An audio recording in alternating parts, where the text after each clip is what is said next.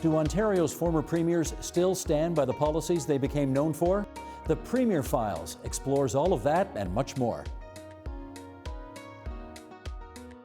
I, Kathleen Wynne, swear that I will duly and faithfully and to the best of my skill and knowledge execute the powers and trusts reposed in me as Premier and President of the Council and as Minister of Agriculture of the Province of Ontario. So help me God. If you walk along this second-floor corridor here at Queen's Park, you will pass by the portraits of 24 white men, all of whom have been Premier of Ontario since Confederation. And then there's this painting, which is a little bit different. Kathleen Wynne became Ontario's 25th and first ever female Premier in 2013.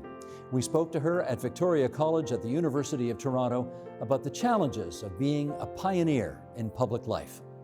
Premier Wynne, great to see you. Thank you for doing this. Thank you, Steve. It's a pleasure. I'm going to play Ralph Edwards here and do a bit of This Is Your Life here for the next little while. So let's start at the beginning. You're born in Richmond Hill. What was your childhood like? So born in Richmond Hill in 1953. Richmond Hill at that time was very different than Richmond Hill now. It was quite a separate town. It was sort of self-contained north of Richmond Hill. It wasn't a commuter town at that point. People lived and worked in Richmond Hill for the most part. My dad was a general practitioner, family doc in Richmond Hill. I was the eldest of 4 girls. I always feel like it was a very ordinary childhood, you know, in terms of middle class Ontario, mid-50s, post-war. We were part of a growth community, you know. So it was that kind of town. There was lots of optimism. My parents were involved in the community. Mom was kind of a radical suburban woman. She didn't want to be the doctor's wife, you know. She was involved in the Social Planning Council, and she and a group of people started a youth aid center because it was the 60s, and there were drugs, and there was turmoil, you know. It was the sexual revolution, and my parents, I was a member of the United Church. I grew up in the United Church. I kind of enjoyed the structure of it.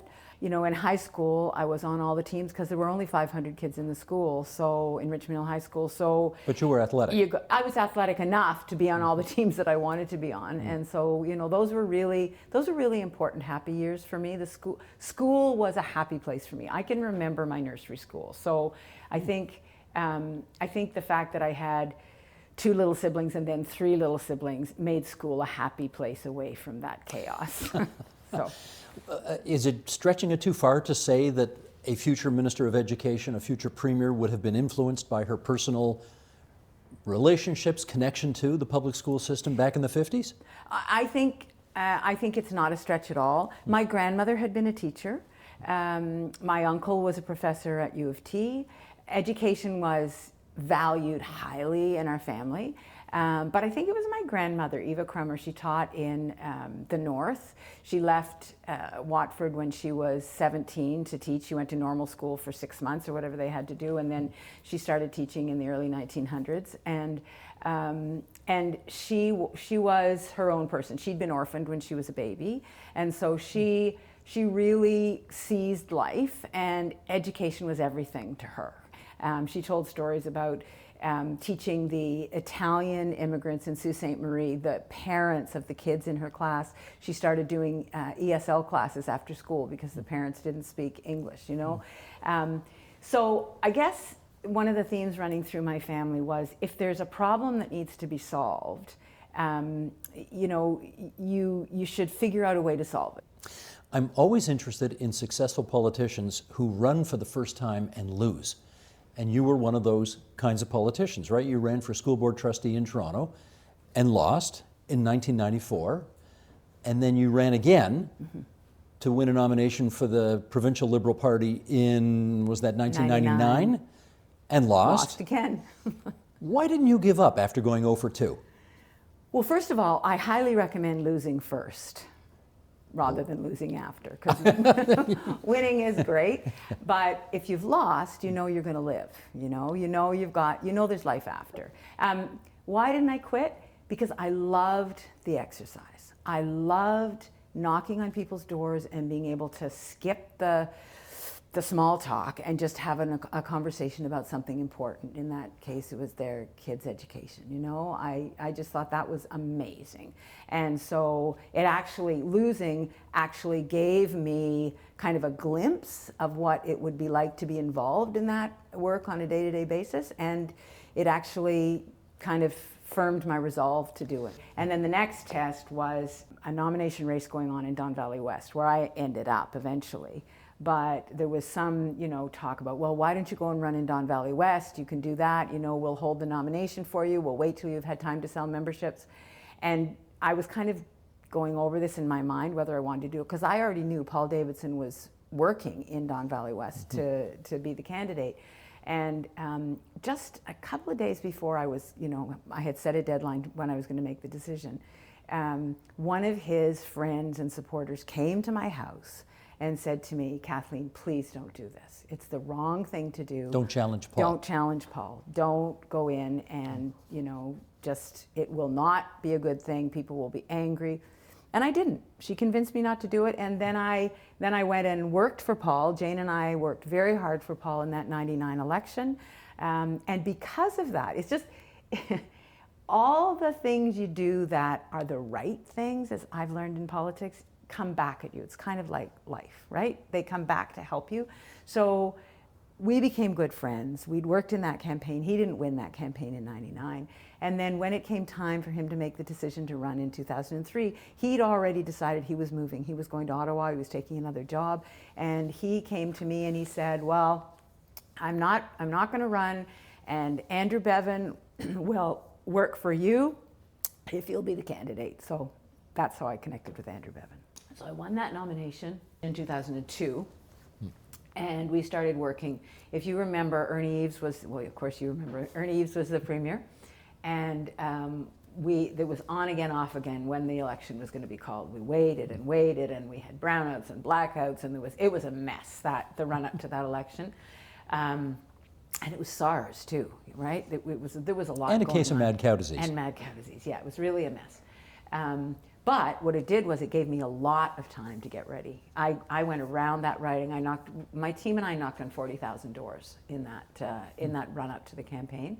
So I won the nomination, worked that whole, the rest of that year and into 2003, and then we went in 2003. Maybe an odd question, but how well did you know the leader of your party at that time, Dalton McGuinty? Not at all. I really didn't know Dalton at all, because I had worked as an activist. And as a trustee, I'd worked with some of the Toronto members. I'd worked with people like Rosario Marchese and Gerard Kennedy, Mike Cole, because we were involved in the anti-Harris education movement and the Citizens for Local Democracy that was opposing the amalgamation of the city. So it was those Toronto members who I knew. I didn't really know Dalton at all, and he didn't know me, to be fair. He was Ottawa. He was in Ottawa. We just had no history, so that was how we entered government together. Well, you win your seat, and 3 years later, you end up in the cabinet.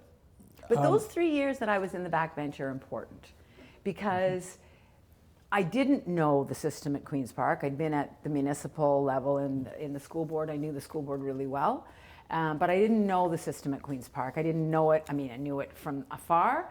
But it was really important for me to serve on committees, to travel with committees, to watch people like Shelley Martel work with delegates and ask intelligent questions and she was get a New Democrat. information. She was a New Democrat. But a role model for you? But she was a role model for me as we traveled the province and those committees, because she always did her homework. She always had great questions. And I always felt she got the best out of those exchanges in whatever town we were in, talking about electricity or pharmacy, whatever we were talking about, pharmacare. So those 3 years were very, very important to me. And I got to talk about all sorts of things in the legislature. I'm enhanced a lot in those first 3 years because I loved that part of the job. I loved, having my staff do research, and then we'd put together a speech and I'd be able to go in and be part of the debate. So those 3 years it wasn't just like, for me, a leap to cabinet. How did you get the call that you were about to become Minister of Education in 2006? Oh, that's a funny story. So we were about to go to I want to say Brighton or somewhere eastern Ontario, to a caucus retreat. So I was going to go the next day. And I had been trying to get a meeting with the boss, with the Premier, to talk about an issue I was really worried about. I got a call that said on the Sunday night that I could get this meeting the next day, or I can't remember exactly the day, but I would have the meeting late in the day, and I said, yeah, but I'm going to the caucus retreat, so I'll talk to him, whatever. And they said, no, you can't do that. You have to stay and go to this meeting. So I walked into this meeting with Dalton. I still didn't know what was happening. And he said, well, Kathleen, because what had happened was Joe Cordiano had moved on, and That's Sandra, a nice way of saying he got fired he and got quit. fired and quit. And Sandra was being moved into economic development, and so I was being put into education. It was a complete shock. I had absolutely no idea that was going to happen. I think I burst into tears. I was very excited about it. How much latitude did he give you to run the Ministry of Education? Well, a lot. You know, I mean, if I think about the implementation of full-day kindergarten, I had a lot of input into that, and shepherded it and brought it along and made it happen really with Charles Pascal and Michael Fullen. I mean, we were deciding on the model, and Dalton took the advice from me and us when we were doing negotiations. I can remember sitting in a caucus meeting and sending him a note saying, okay, I know that the elementary teachers don't want to settle, but here's what I think we need to do. And he said, fine. You know, so I felt that I had a lot of authority over the work that we did. Now, education was a special case in that he saw himself as the education minister. You know, it was really important to him. Well, he called himself the education premier. He did. And not minister, premier, yes. He called himself the education premier, and other people called him the education premier, and it was very important to him. So there were times when we didn't agree. For example, I was not as convinced that our focus on test scores and improving test scores was as important as he thought it was, you know? So we had a little bit of back and forth about that a few times. 2007, you seek re-election. Right. And I want to know what you thought when you found out that the leader of the PC party, John Tory, intended to run in Don Valley West against you. Well, my heart sank a bit because I had just been made Minister of Education in 2006, and it was shortly after that appointment that I learned that John Tory was going to come and run against me. I think I was mad. I was mad. It felt like, why are you doing this? You know, why don't you stay in Dufferin-Caledon where you for sure are going to win? Why are we going to go through this exercise? That was the one election that I really did think we weren't going to win. You know, that I wasn't. You thought going he'd to win. beat you? I thought he'd beat me, and lots of other people thought he would beat me. You know, I had members of the caucus say to me, you know, you could look at another riding. You should look somewhere else. I said, no, I'm not going to do that. But you know, the leader of the opposition usually wins. Did you tell him you were upset with him for running against No. you? You never said it? No. Okay. No, you mean, did I tell him after the fact? No, at the time. Oh, No? no. After your time as education minister, what did you feel was better about our education system? Well, there was way more staff, and the class sizes across the board had gone down. We were in control of that issue. There were supports for students who needed them, so we had specifically put in place teachers in grade 9 and 10 to help with credit recovery. So students who were falling between the cracks, we were trying to catch them before they got into the upper grades. There were more possibilities for specialization. We put in a thing called a specialist high skills major, so kids could bundle together courses and graduate with an agriculture specialist high skills major, for example, you know, which was an interesting way of combining real life experience and academic. we had full day kindergarten in the province, which was a major change, particularly for kids who didn't come to school necessarily ready for school, you know. So it made a huge difference to them, and it made a huge difference to their parents, because there was a childcare aspect to it, although that's not what it was about. It was about giving kids a good head start. So I felt good about that. I felt that we had a better relationship with the unions and the federations, which was important to me. Now, with one exception, the elementary teachers were kind of mad at me because of the 2008 negotiation, but overall, I felt that our working relationship with all the education partners was better. We had a partnership table that brought together heads of unions, heads of school boards, people like Annie Kidder, parent activists. We brought them together when we were bringing in legislation, and we had a way of kind of collaborating on curriculum and on legislation. I felt that we had done a lot of work around parent involvement that gave parents more of a role in the systems. Indigenous education and the importance of not just the support of Indigenous kids in the system, but the importance of all kids learning a different version of our history that's more honest. That was really important. It was work that I started when I was Minister of Education and then completed carried on when I was Premier. What did I not get done? I still feel that we are missing the boat in terms of the physical arts, not extracurricular, but the non-academic in our schools. I think we have allowed the academic of, science and technology and language and math. Those are all really important things. But the first time I took part in education activism was in 1987, and I was walking the picket line with elementary teachers in Toronto. So this was before the amalgamation, before any of that. And what they were striking about was having more prep time. But prep time meant having more art teachers, more phys ed teachers, more music teachers in the schools. And I think that we do not do enough of that in our system. I did put in place grants for outdoor education and local priorities like phys ed programs and so on, but it wasn't enough to make it as systemic as it should have been. So I think we're making a big mistake in not giving kids a richer kind of experience. After education, Premier McGinty shuffled you to a few other portfolios. You had transportation, you had municipal affairs and housing, you had Aboriginal affairs. Do you think in hindsight you were able to bring the same kind of emotional, passionate involvement to those portfolios that you did to education, which clearly is, I think, your first love? Absolutely. I have to say I surprised myself. I actually did get passionate about those other things. I just didn't know about them at first, So I had to learn about them. But what those first 3 years in government had shown me was how important all of the things were and how interconnected all of them are. At what point did it occur to you that Premier McGinty might not be the Premier forever, and that you might want to think about replacing him?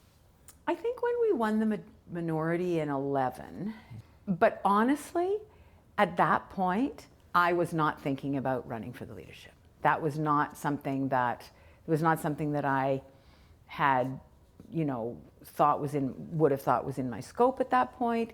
I didn't think I was ready for it. So right at that time, I didn't think about it. It wasn't until a bit later that I started thinking about it, into that year. Was it after he announced he was stepping down? No, it was before that. It was before that. When you got called to that sort of special late afternoon caucus meeting that day, did you know the Premier was going to step down at that meeting? So at that point, it was like, okay, this is weird. It was 6 o'clock at night, I think, right? It was very weird. And when I absolutely knew was when we saw Terry McGinty come in to the room. But not before? No. I mean, people were speculating for sure on what was going to happen. But it was when Terry walked in, there was, okay, there's no way that's anything else. You don't bring the wife to Queen's Park unless. Right, the family, because this is a family decision. He was such a family guy, it would have been a decision they made together. Was there a particular person since you've told us you weren't really thinking about running for leader well before that, was there somebody who said something to you that made you realize, I should be in the conversation, I need to think about this? I think Andrew Bevan probably, because Sheila Ward had been talking, but Sheila, bless her heart, she talked about me being premier when I was a school trustee. It was like, okay, Sheila, settle down. This is not happening. And I just thought that was her fantasy and her living vicariously, whatever. But I think when Andrew seriously said, he said, of course you're thinking about it, in his Northern English way. Then I kind of seriously had to say, okay, does this make sense? And then Linda Jeffrey, she was one of my early supporters, and she said, Brampton MPP. Brampton MPP, you're going to run, right? And that gave me pause as well. Let's talk about how you put your bid together, because, and I'm going to do a bit of a lead up here, you are unique in the history of the province of Ontario in as much as you not only had to raise money to run a candidacy and develop policy and line up supporters and all of that, but you also had to figure out how you were going to deal with the issue that no one else has ever had to deal with. Number one, being a woman. We'd never had a woman premier before. Number two, openly gay. We'd never had an openly gay premier before. I want to put something on the table. Is Ontario ready for a gay premier? You've heard that question. You've all heard that question, but let's say what it actually means. Can a gay woman win? That's what it means.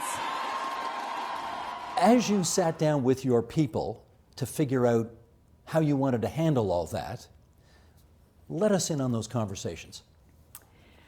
Well, I think the really salient conversation was about how open I was going to be about that throughout my campaign, my leadership campaign. And because I'd made a decision when I first went into public office in 1994, when I ran as a school trustee, it was clear that it was going to be part of who I presented to the province, right?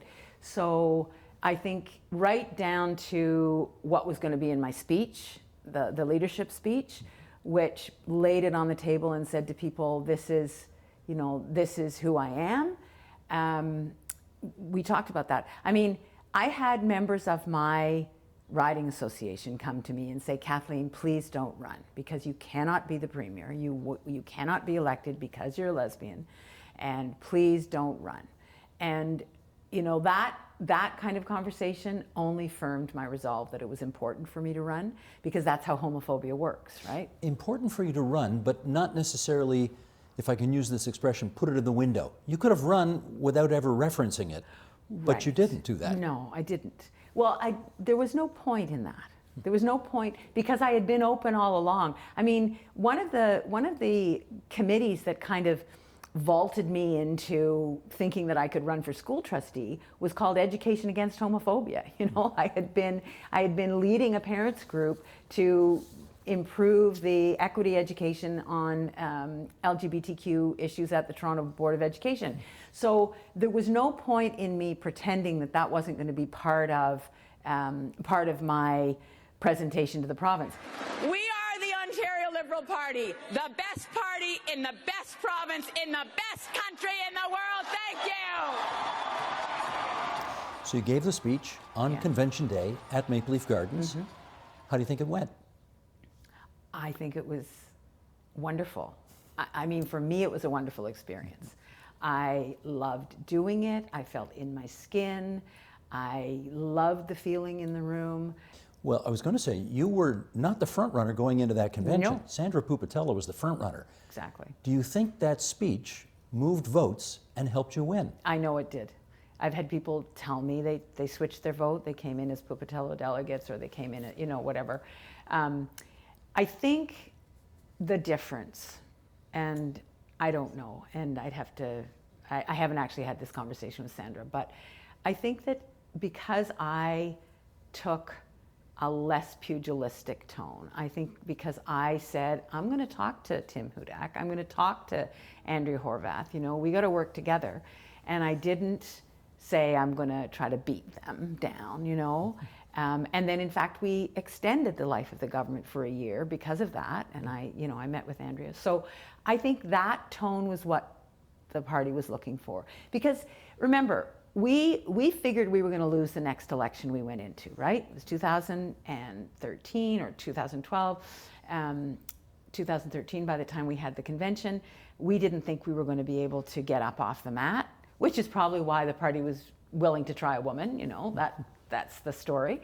But I think they were looking for somebody who was bringing something a little different in terms of tone.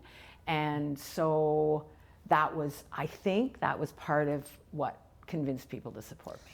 So what was the thinking on your part then? I'm going to run for leader, I'm going to win, I'll be premier for however long this term lasts, then I'll end up on the opposition benches, and maybe if I'm lucky somewhere down the road, I'll get back in?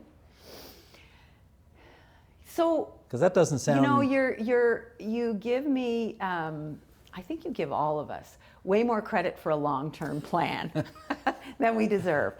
You know, I saw work in front of me that needed to be done. I felt that the work we were doing as a government was important. I didn't want to see that undermined.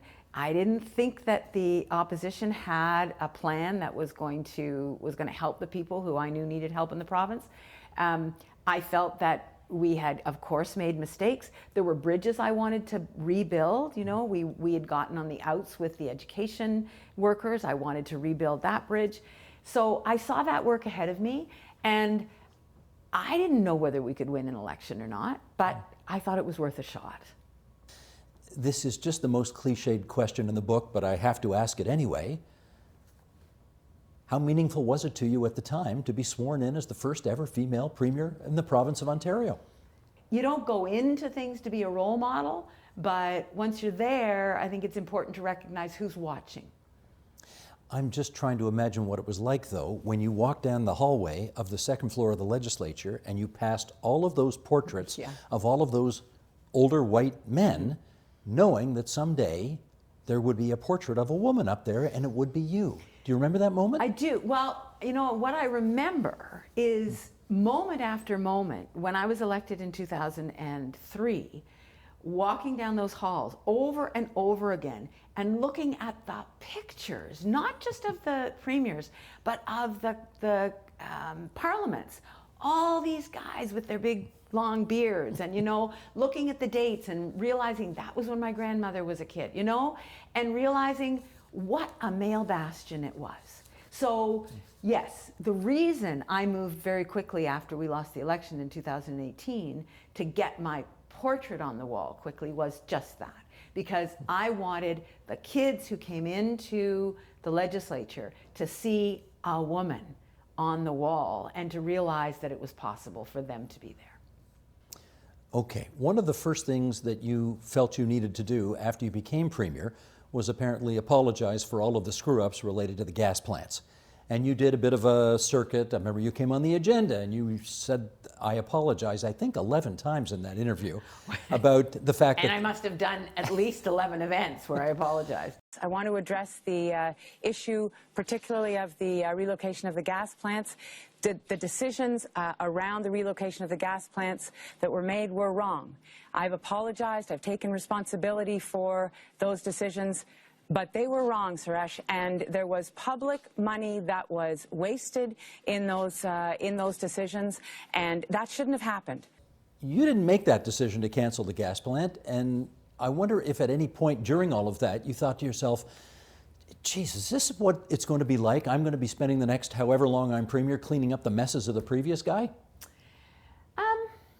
So I was part of the government that made that decision, right? My name was on the order.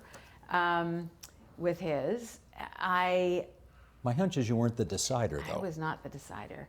No, no, the timing of that decision was dreadful. It was in the middle of the election. It was just a disaster. It should have been, the decision should have been made months before that. Was I resentful of that? No. I mean, I knew that I was going in a challenging situation, a government that was already long in the tooth. I knew that I was going to be carrying the accomplishments and the mistakes of that government. But for me, Steve, the accomplishments outweighed the mistakes, and I was willing to kind of own up to, come clean on, talk about the things that people had really disliked about our government. I was proud of the work that we'd done. We'd made a mistake around the gas plants, and there were things I was going to do to rectify other things. One of the biggest ideas you brought forward during your time as Premier was the notion of selling a chunk of Hydro One, the publicly owned. You're closing your eyes already and nodding your head because you just love talking about this. You think I've had to talk about gas plants a lot. Let me tell you how many times I have to talk about Hydro One. Well, I mean, let's refresh people's memories. The idea was to sell a chunk of this publicly owned electricity distribution company and take those billions realized from the sale and spend it on public transit. Right. And have some cash to leverage building transit, yes. Why? No, well, no, I get it. I get that was the idea, but I mean, somewhere along the way, it clearly went off the rails and it became sort of exhibit A of terrible idea to do. What happened? So here's the way I've talked about this many times. We were in a situation where I had made a commitment that we were going to build transit. We were in a situation, if you remember, we were still building our, sort of climbing out of the economic downturn. We had a deficit, I think, of about $10 billion, which now doesn't seem like a big deal, but it was then. And so we were running out of room. The finance officials were saying, you can't keep borrowing. You know, you're going to get a downgrade from the bond rating agencies. You've got to do something you need some liquidity here.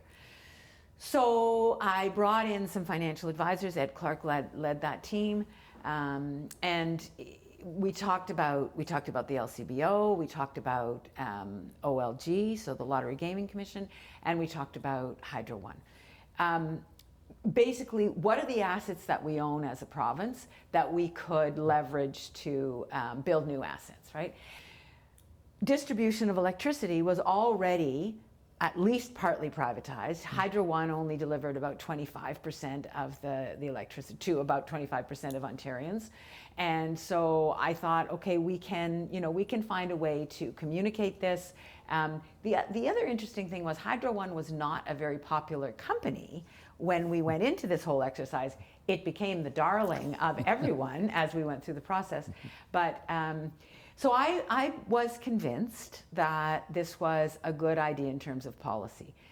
I wasn't convinced that it was a good political idea, and it is the thing that kept me awake at night for weeks and weeks as we made the decision, because I knew it ran against my brand.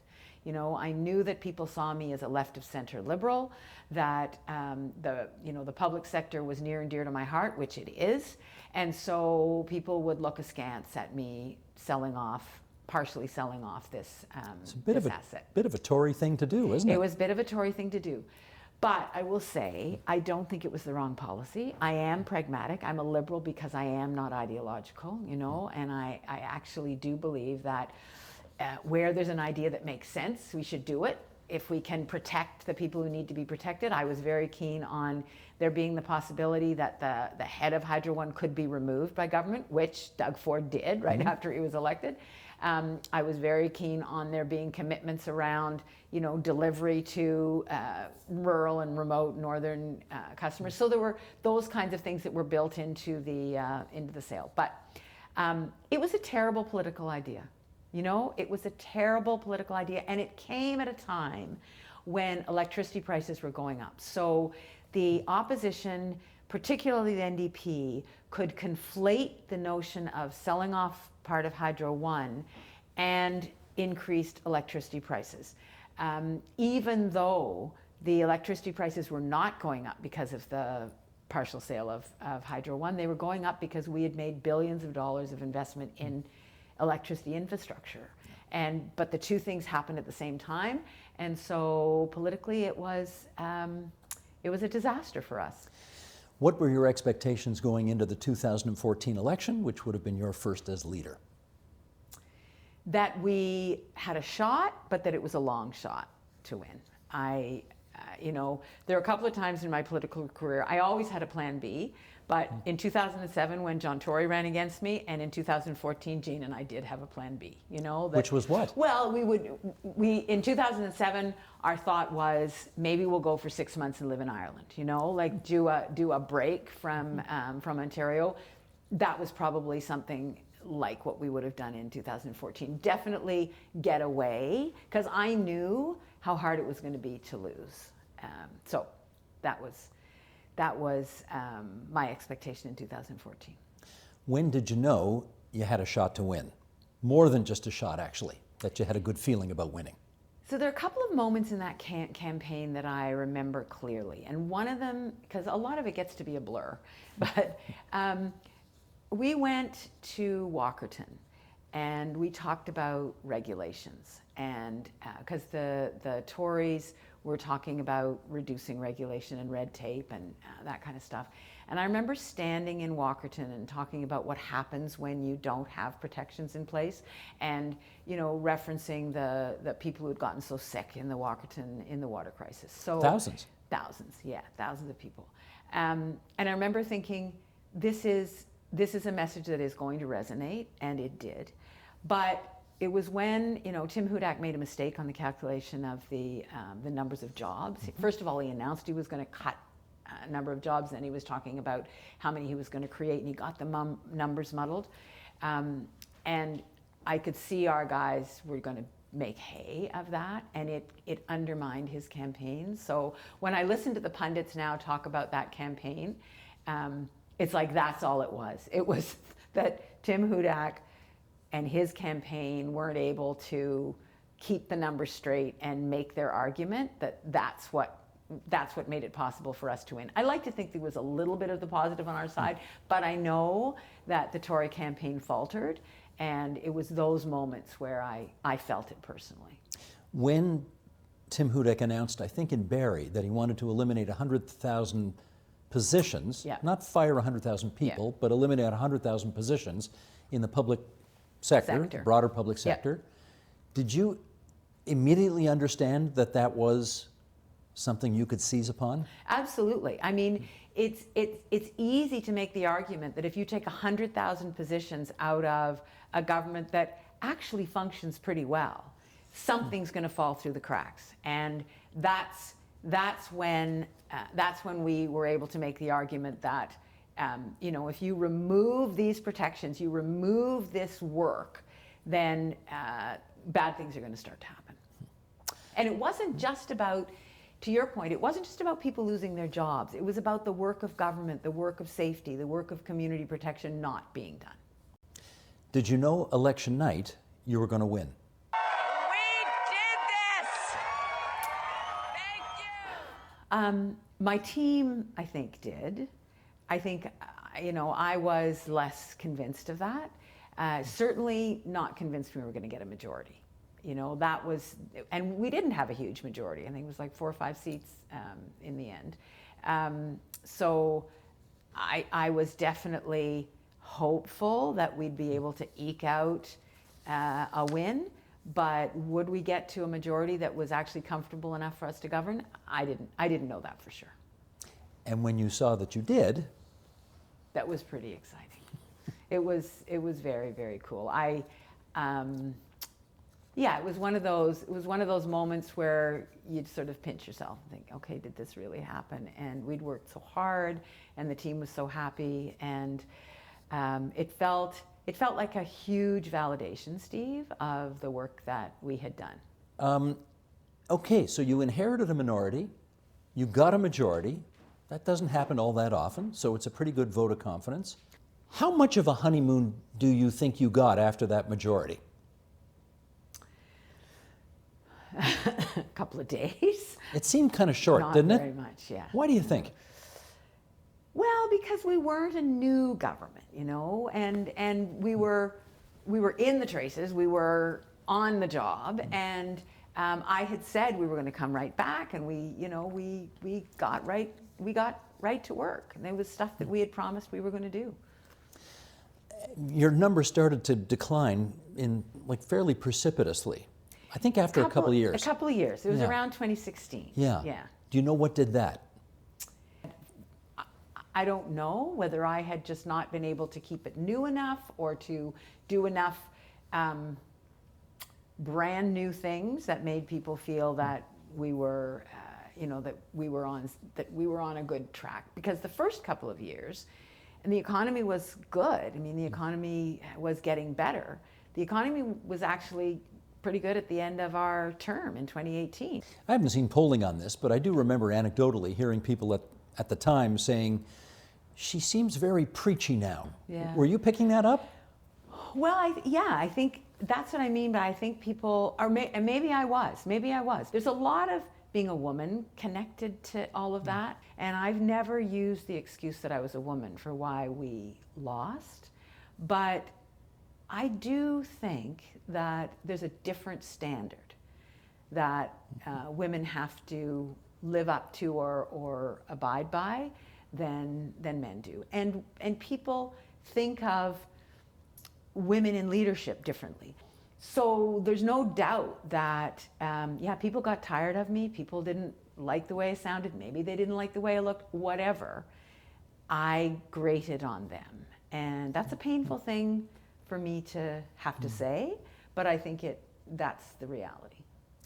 They said back in the day that when Leslie Frost really wanted to know what the people thought, he'd go for a haircut and his barber would tell him, give him the unvarnished truth. Did you have somebody like that in your life who was sort of not very plugged into politics, but plugged in enough to give you the straight goods on what people were thinking? I probably didn't have enough people like that, but I had people around me who listened to right-wing radio, for example, and would say, okay, things are not going well, But you were never going to get them necessarily. Well, no, but the tone started to shift around 2016, and I remember having a dinner with members of my team, and them kind of laying out for me what was happening in the numbers. I mean, we had very honest conversations about what was happening, and I go back often to those nights and thinking, should I then have said, I'm going to step down? It's 2016, but I'd been there since 2013. I was in the middle of my first term, It's just that I was in the extended term of a government that had already been in office for 3 terms, So it was a really challenging situation. I don't even know I can honestly say that if I went back, I would leave, but it certainly would be more of a question, knowing what I know now. But I don't think we would have won anyway, if there'd been another leader, and that was my thought. So if I leave, and this was starting 2016, 2017, if I leave and we go into the tank anyway, then you got a new leader who's got to deal with this. At least if I lose, I've had this time and we'll rebuild. I didn't know we were going to go down to 7 seats. If I'd known that, then I probably would have said, well, I've got to go. Because if I'm the person who's going to take us to 7 seats, then, I think we need to try something else. Okay, that's interesting, because I wondered at the time whether or not there were any discussions happening among your inner circle about whether, even though you were only in your first term, whether you wanted to give it a second shot or whether you thought about stepping down. Yeah, we did. You did think about it. And what the numbers were telling us was that I had the best chance of winning and I had the best chance of losing badly. So they ran a bunch of people's names or whatever. And so I made the decision to stay. Sadly, we went on the bad loss side of the ledger. So, and don't think I don't carry that around with me every day, Still? Absolutely, because we haven't recovered as a party yet, and I feel like if we hadn't gone to 7 seats, we would potentially be the official opposition at least right now. And I feel like I had a hand in that. It wasn't me alone, but I had a hand in that for sure. As much as you love talking about Hydro One, let me remind you of another decision you made in the 2018 election campaign, and I'm sure you know where I'm going here. With a few days left to go in the campaign, you had a very unusual press conference, I think in Michael Coteau's riding. What's that? Don Valley East. In a playground, in which you said, look, I know I'm not going to win, and send as many Liberals as you can back to Queen's Park because we got to keep the new government honest. And there was a great stir in the land about whether a sitting premier should ever acknowledge, with however many days it was still to go, a week to go, that I have no chance of winning. Yeah. What went into that decision? So it's interesting. About 2 weeks into the campaign, I got a call from somebody who said, Kathleen, you've got to step down, okay? Because this person... In the middle of the election campaign? So this person, do what I did a week ahead, do it then. Oh. And I said, I'm not doing that. And I hadn't wrapped, at that point, I hadn't wrapped my mind around us losing that badly, right? And I said to, I remember I said to Andrew Bevan, I said, so this is what this guy's called and said to me, because he was working on one of the campaigns, and he said, you know, we're going to the door and people are saying, we love your candidate, we love him, but we can't stand your leader. And that's why he said, you've got to step down. So I said to Andrew, this is what he has said to me. What do you think? And he said, well, no, you're not doing that. And then he said, not yet. Ooh. So that was my, okay, we are in deep trouble, and this is we're not gonna pull this out of the bag. So then it was another couple of weeks before we actually got to the point. Hang on, when he said not yet, did you say to him, what the hell do you mean not yet? No, because it was, Andrew and I have this funny relationship where there's a kind of a mind reading that goes on, and I okay, you don't need to say any more than that. You knew what it meant. I know what this means. I'm not gonna sob yet, you know, I got work to do, so I'm just gonna carry on and do my work, and then you'll tell me what comes next. And I guess in my mind, part of me was thinking, well, maybe the numbers will get better. And I don't think I realized at the time, Steve, that there were lots of candidates who didn't want me in their riding. You know, my team shielded me from that a bit. It was just very tough. I knew that I had to basically cut my candidates loose. You know, I had to give them the ability to go to the door and say, you know, she's not going to be the premier, so you can vote for me. And because we were staring down 0 seats. Honestly. At that moment, had the election happened that day, you would have had nothing. Yeah, we were worried. This is not a concession speech. I conceded I would not be premier days ago. Your team felt awful about letting you down. Awful. They were so apologetic. They apologized to me. I was apologizing to it was just an awful, juncture, you know. You feel like you've let people down. I felt like I'd let all those candidates across the province down. I mean, it was brutal. It was brutal. So election night, you have to sit there and watch the returns come in. Yeah. What was that like? It was horrible because we were losing. You knew what was coming, right? We were losing everybody, and I just felt sick. I've said it's a difficult night. It is a difficult night. I know it's a difficult night. You've been working so hard. And even you can be intellectually prepared for something, but to actually sit and watch your friends lose their jobs and lose all the work that they had done, it just felt dreadful. And for all the young people who work in the campaigns, I mean, it's a tough game, politics, you know, because for every campaign office that was feeling what we were feeling, there was a campaign office across the street that was thrilled, right? So all those young NDPers who were winning and the Tories who were winning, they were excited. So yeah, it is what it is. You won your own seat. I did. Did you want to?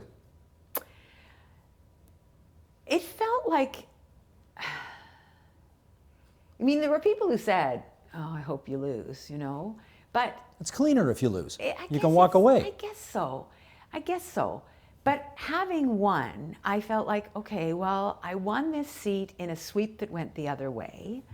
And so in an odd way, that was validating of my work and my team. I didn't win by much. I think it was a couple of hundred votes. You know, you want to win your riding. But yeah, it made it complicated for me, because then for the next couple of days, weeks, the question came at me constantly: are you going to stay? What are you going to do? I mean, I stepped down from the leadership because I'd already said I wasn't going to stay in the leadership, so I stepped down that night. But everybody said to me, who was close to me, said, don't say tonight whether you're going to stay or not, you know? And then I made the decision with my constituency team that, you know, I'd been reelected in on this terrible night, and it felt like, why would I step down from people who have put their trust in me yet again? Plus, we've only got 7 seats. If I step down and we lose a by-election, you know, I will never get over that, right? So I also felt that staying and being part of this little team, supporting John Fraser, was important, and it became even more important as the weeks went on. I am so glad I stayed, Steve. For me personally, it was a really good thing to do. I also have had enormous feedback over the years since then, people saying how brave it was. They liked that I stayed. They thought it was a strong thing to do. Other leaders don't stay, but you stood and I was a different voice in the legislature than other voices because I had been the premier, and I felt that. And that's not self-aggrandizing. That's just the reality that I knew more about what was going on in the government than a lot of the members on the other side of the House did. And so it was, I felt that I had something to offer. And so I'm really glad I made that decision to stay. As you look back on your 5 years and 138 days as Premier... Only you know that number. Now I do. What stays with you? Oh, man. Like a specific thing, or what stays with me? I mean, my immediate answer is the honor of having been in that chair, the ability to make a difference. So I'll use the example of some of the violence against women curriculum but policy that we brought in when the beginning of the Me Too movement thing was happening.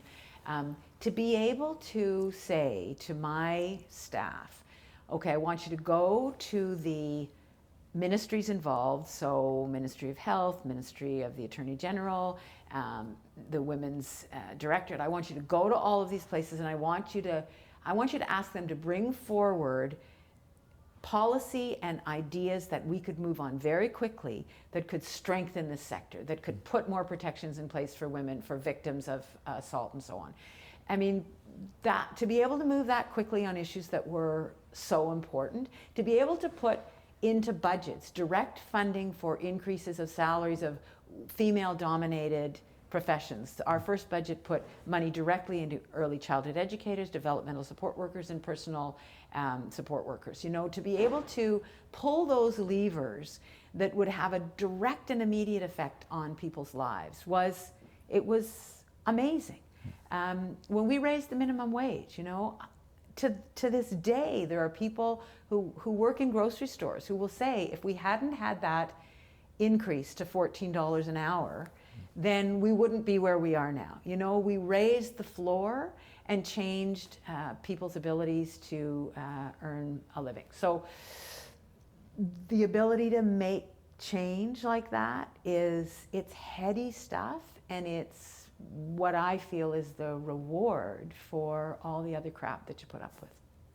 How long does it take before a former premier doesn't pick up the paper every day or look at an article on her smartphone and think, if I were in that chair still, here's what I would do about that? Well, I don't know, because I'm not there. It hasn't happened yet. Just finally, what are you doing these days? Well, I talk about this stuff. I'm teaching. I teach a couple of public policy courses at U of T, so I get some first-year kids in September and some fourth-year kids in January, and we talk about all these issues. I've had lots of practice talking about Hydro One when we come on that issue with the fourth-year seminar. So I feel like everything I'm doing right now, outside of my 6 grandkids and my family, but everything else I'm doing is trying to help people have an opportunity to ask the questions they want to ask about how government works, about what it's like to have been in that role, and about why we made the decisions that we made and how they were made. Because people don't understand how government works. Why should they? Most people haven't been there.